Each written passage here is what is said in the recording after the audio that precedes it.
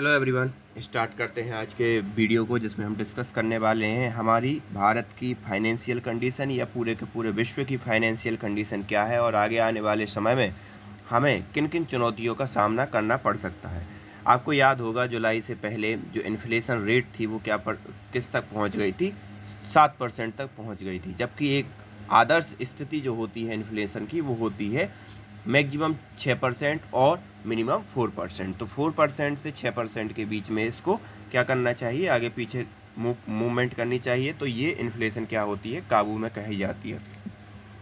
अगर 4% से नीचे होती है इन्फ्लेशन, इसका मतलब ये होता है कि डिमांड में बहुत कमी आ गई या एकदम प्राइस इतनी कम हो गई कि इतनी प्राइस बाज़ार के लिए सही नहीं होती। लेकिन अगर एकदम बढ़ जाती हैं तो वो भी घातक होता है या हानिकारक होता है एक अर्थव्यवस्था को।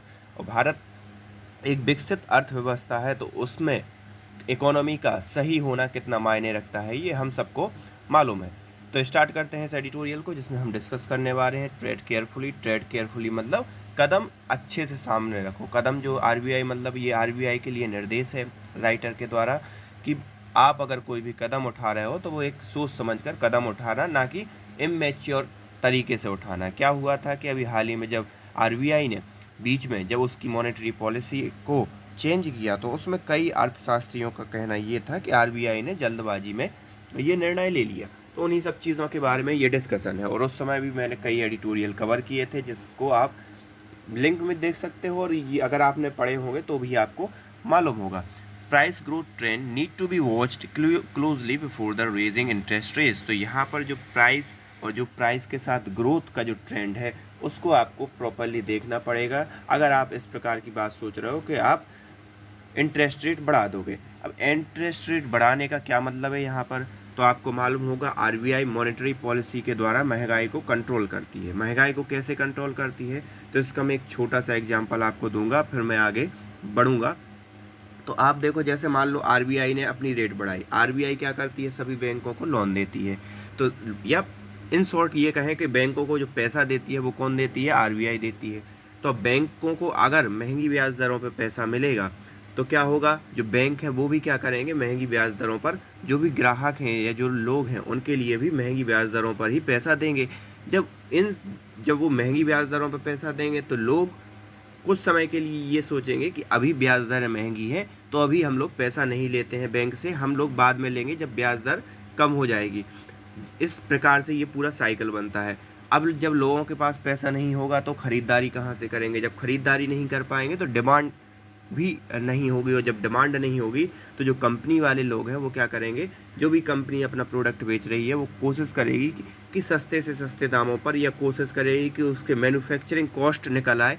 इस बहाने से वो क्या करेगी, सस्ती चीज़ें बेचेगी, और इस प्रकार से गवर्नमेंट क्या करती है, महंगाई को कंट्रोल कर लेती है। इसी प्रकार से अगर उसे महंगाई ज़्यादा लग रही, कम लग रही है कि ज़्यादा ही सस्ती हो गई हैं चीज़ें, तो वो इसी का अपोजिट करती है। तो लोगों के हाथ में पैसा जाता है, और जब लोगों के हाथ में पैसा जाता है तो फिर सीधी सी बात है, किसी भी चीज़ की महंगाई बढ़ जाती है। इसको और अगर सरल तरीके से समझना हो तो मान लो आप किसी दुकान पर गए, वहाँ पर सिर्फ 10 या 15 चीज़ें हैं लेकिन खरीदने वाले 100-200 हैं, तो फिर वहाँ पर क्या होगा, वहाँ पर बोली लगेगी कि जो जितना ज़्यादा महंगा खरीद लेगा उतना उसके लिए वो चीज़ मिल जाएगी। तो इस प्रकार से महंगाई बढ़ सकती है, और अगर वही चीज़ें ज़्यादा हों, लोग कम हों, तो क्या होगा, वो दुकानदार सस्ते में बेचेगा। तो ये इस प्रकार से कोरिलेशन है डिमांड एंड सप्लाई का। तो इंडियाज़ लेटेस्ट इन्फ्लेशन डेटा, और अब मुझे लगता है कि अब आप इस एडिटोरियल की पिच पर आ गए हो कि जहाँ से आप इस एडिटोरियल को समझ सकते हो। जो पहले से जानते थे वो उनके लिए तो कोई दिक्कत थी ही नहीं। India's latest inflation data present policy maker with a fraught choice. तो यहाँ पर इंडिया की जो लेटेस्ट इन्फ्लेशन डेटा है प्रेजेंट पॉलिसी मेकर की जो गलत चॉइस प्रेजेंट करता है। Whether to respond to the latest acceleration in the retail price gain to 5 month high with more sizable interest rise increase. तो यहाँ पर इसलिए इनका कहना है, जैसे कि मैंने बताया कि उस समय जब मॉनेटरी पॉलिसी में बैंक रेट को बढ़ाया गया था, तो उस समय भी कई एडिटोरियल, कई विशेषज्ञों ने इस चीज़ को देखा था कि भाई आपने ये गलत किया, या इस प्रकार से आपको महंगाई कंट्रोल में नहीं करनी चाहिए थी। तो यहाँ पर भी यही देखने को मिला, और अब ये ब्लेम कर रहे हैं कि उनने उस समय बैंक रेट बढ़ा दी, उस समय बैंक की जो रेट्स हैं वो बढ़ा दी, लेकिन फिर भी महंगाई कंट्रोल में नहीं आई और वो कंटिन्यूसली राइज हो रही है, कंटिन्यूसली बढ़ रही है। और अगर हम ये देखें कि मॉनेटरी पॉलिसी के हिसाब से तो लोगों के हाथ में पैसा भी नहीं है, दोनों ही चीज़ें, क्योंकि आपने जो बैंक रेट है वो ऑलरेडी बढ़ा कर रखी है। और pause the monetary tightening so as to allow the fragile growth to gain more traction. और अगर आप इस प्रकार की मॉनेटरी पॉलिसी, देखो एक प्रकार से तो आपने पहले से बढ़ा चुके हो अपनी बैंक रेट, लेकिन आप स्टिल अगर ये करना चाहते हो कि आप फिर से आप अपनी मॉनेटरी पॉलिसी को नहीं बढ़ाओगे तो वो कहीं ना कहीं आपकी आर्थिक स्थिति पर नुकसान होगा और उसमें आपको ग्रोथ कम देखने को मिलेगी। जिस प्रकार से आप ग्रोथ चाहते थे वैसी ग्रोथ नहीं मिलेगी। Inflation figure based on the consumer price index so the retail price gain on a resurgent trajectory with food price leading the charge. तो यहाँ पर जो देखा गया है कि जो कंज्यूमर प्राइस इंडेक्स है जो बढ़ रहा है वो कहीं ना कहीं उसमें फूड का महत्व बहुत बहुत महत्वपूर्ण है, क्योंकि फूड के प्राइस एकदम से बढ़ रहे हैं। Vegetable and cereals were the biggest culprit, with the price of the former surging 18% from a year earlier and rising a substantial 2.6% from the preceding month. तो यहाँ पर देखने वाली बात है कि जो फूड के प्राइसेस हैं वो 18% की दर से बढ़ रहे हैं और substantially 2.6 from the preceding month. और अगर मंथ के हिसाब से देखा जाए तो 2.6% की दर से फूड के प्राइसेस बढ़ रहे हैं। Staple gain including the rice and wheat. Staple grains मतलब होता है जो मुख्य ज़रूरी जो अनाज होते हैं वो। तो ये staple grains including the rice and wheat climb 11.5% from September 2021 and increase 2.2% from the August level. तो यहाँ पर अगर इन दोनों फूड के प्राइस अगर देखा जाए, इन दोनों अनाज के प्राइस देखा जाए तो 11% बढ़ गए हैं सितंबर 2021 से, लेकिन अगर अगस्त लेवल से देखा जाए तो 2% का इंक्रीज हमें देखने को मिला है। These two food items have a combined weight of 15.7% in the overall CPI and accounted for more than third of the food and beverage category cumulative weight. तो यहाँ पर इनका कहना है कि ये दोनों के दोनों कंज्यूमर प्राइस इंडेक्स में अपना योगदान 15% देते हैं। मतलब अगर कंज्यूमर प्राइस इंडेक्स आप बना रहे हो तो उसमें 15% आपको इनके प्राइस को काउंट करना पड़ेगा। तो और ये कहीं ना कहीं इससे दूसरी चीज़ें भी बनती हैं, तो वो अगर ये अनाज ही महंगा होगा तो दूसरी चीज़ें जो बन रही हैं वो भी क्या होंगी, महंगी होंगी। और ये मैंने आपको पहले भी कई एडिटोरियल में कवर किया है कि कैसे चीज़ें आगे बढ़ती हैं। Rice price have continue to rise in the face of projected 6% shortfall in Kharif output. The government effort to ease supply through the export curve on the non-basmati rice notwithstanding. तो यहाँ पर जो फूड के price हैं वो कहीं क्यों बढ़ रहे हैं, 6% का शॉर्टफॉल हुआ है क्योंकि खरीफ की फसल में, और गवर्नमेंट इन सब चीज़ों को ओवरकम करने के लिए जो एक्सपोर्ट जो बाहर एक्सपोर्ट कर्व है उसको क्या कर रही है, मैनेज कर रही है, जिससे कि ज़्यादा से ज़्यादा चीज़ें बाहर ना जाएं, ज़्यादा से ज़्यादा चावल बाहर ना जाए और यहाँ पर जो प्राइस है वो क्या रहे, मैनेजेबल रहे।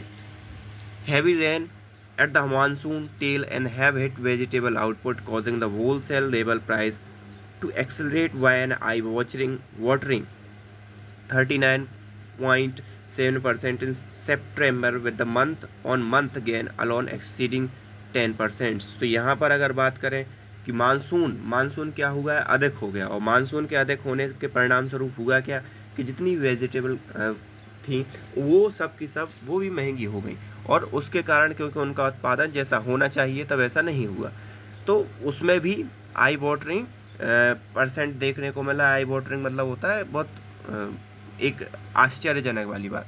The forecast for the food price therefore remain clouded with uncertainty at least in the short term with the risk tilted to the upside.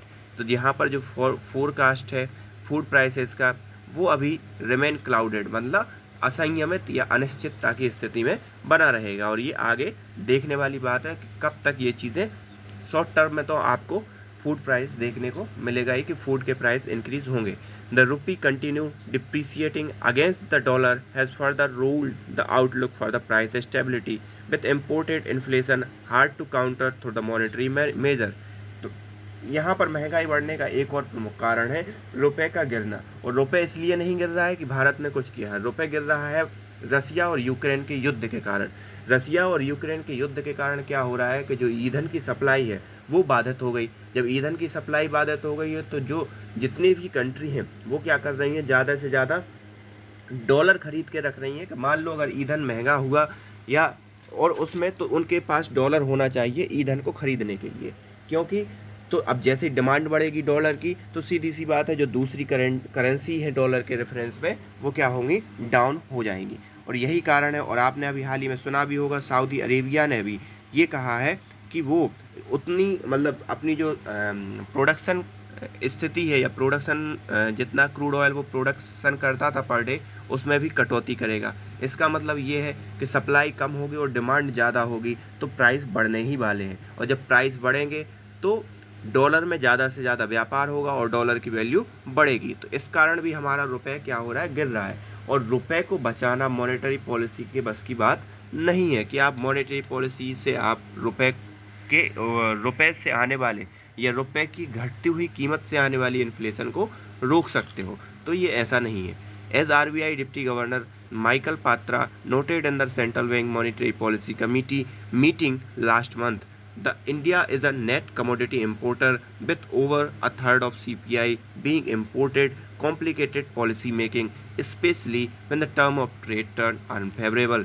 तो यहाँ पर माइकल पात्रा ने ये नोट किया था सेंट्रल बैंक की मॉनेटरी पॉलिसी कमेटी के अंदर that India net commodity importer. India क्या है, नेट कमोडिटी इम्पोर्टर है। ये थोड़ा सा इकोनॉमिक्स का टर्म है, आप बस ऐसे ही याद रखिए। With the over a third of CPI being imported complicate policy makings. तो यहाँ पर आप ये समझो कि जो कंज्यूमर प्राइस इंडेक्स है उसका 1/3 मतलब 33% हम कहाँ से मैनेज करते हैं, खरीद कर मैनेज करते हैं या इंपोर्ट करके मैनेज करते हैं। तो उसकी महंगाई ना कि भारत की महंगाई पर निर्भर करेगी बल्कि वो प्रोडक्ट आपको विदेशों से किस लेवल पर मिल रहा है उस पर निर्भर करती है।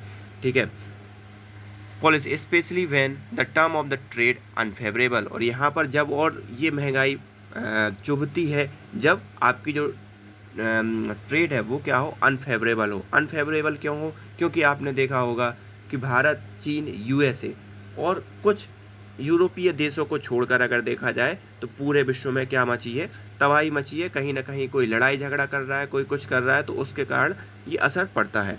Also with 5 of 6 service category registering sequential inflation as well as hard to disagree with RBI Governor Shaktikant Das argument that policy must be aimed at the preventing price pressure from the broadening। तो यहाँ पर कई ऐसे service category है जहाँ पर price क्या हो रही है, बढ़ रही है। सिक्वेंशियल इन्फ्लेशन मतलब महंगाई बढ़ रही है। तो यहाँ पर हम ये डिसएग्री नहीं कर सकते हमारे जो गवर्नर थे शक्तिकांत दास उनके इस तर्क से कि भाई आपको कुछ ना कुछ ऐसा करना पड़ेगा कि जो आपका जो ब्रॉडनिंग प्राइस प्रेशर है उसको क्या किया जा सके, मेज़र किया जा सके या उसको संभाला जा सके। ब्रॉडनिंग से इनका मतलब है कि जो वर्ल्ड से आप खरीदते हो उस वो आपको सही दामों पर मिलना चाहिए। Still with the latest private sector output trend and standard and poor global survey based manufacturing and service PMI data for the September flagging a renewed slowdown and looming global recession pointing to a decline in demand for the India's export. The outlook for the growth appear 10 years। तो यहाँ पर एक और चीज़ है कि जो कंपनियाँ हैं जैसे स्टैंडर्ड पुअर हो गए, इनकी जो रिपोर्ट निकल कर सामने आई हैं वो क्या दर्शा रही हैं कि जो इकोनॉमी है वो कहीं ना कहीं रिसेशन में जाएगी। तो वर्ल्ड के जो लोग हैं उन्होंने भी क्या किया है, खरीदना कम कर दिया और उसके कारण जो इंडिया का जो एक्सपोर्ट है वो प्रभावित हुआ है। और जब एक्सपोर्ट प्रभावित होगा तो नो डाउट रुपए की वैल्यू भी क्या होगी, डाउन होगी। और जब रुपए की वैल्यू डाउन होगी तो महंगाई भी बढ़ेगी। ये थोड़े से इकोनॉमिक्स टर्म में अगर किसी को नहीं समझ में आ रहे हैं तो आप कंटिन्यू रहिए, आपको समझ में आएंगे। Given that monetary policy affect real interest rate with the distinct lag it may be a difficult but wiser choice to heed the MPC dissenting voice of Asima Goel and Jayannath Verma and refrain momentarily from the raising interest rate till the fog of uncertainty lift and clear picture of the price and growth trend emerges। तो यहाँ पर इनका ये कहना है कि आप बजाय इंटरेस्ट रेट बढ़ाने के, जो लोग इंटरेस्ट रेट नहीं बढ़ाने वाले हैं, जिनमें या नहीं बढ़ाने के पक्ष में हैं, जिनमें है आसमा गोयल और जयनाथ वर्मा, इनके लिए सुनना चाहिए और समझना चाहिए, फिर उसके बाद निर्णय लेना चाहिए। ये पूरा का पूरा राइटर का एक स्टेटमेंट है या राइटर की सलाह है। तो आई होप आपको ये समझ में आया होगा। So thank you for this video.